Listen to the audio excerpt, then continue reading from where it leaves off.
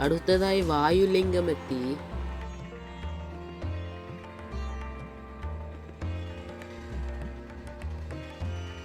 അങ്ങനെ പുലർച്ചെയാകാനായി.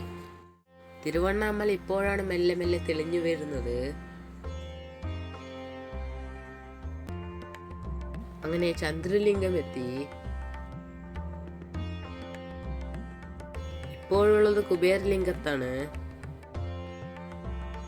രാത്രി ഗിരിവലം വെച്ചത് കൊണ്ട് നടയടച്ചിട്ടുണ്ടായിരുന്നു. അതുകൊണ്ട് ഏത് ശിവനെയും നേരെ ദർശിക്കാൻ കഴിഞ്ഞില്ല. ഇവിടെയാണ് ഇടുക്കപ്പിള്ളയാറുള്ളത്.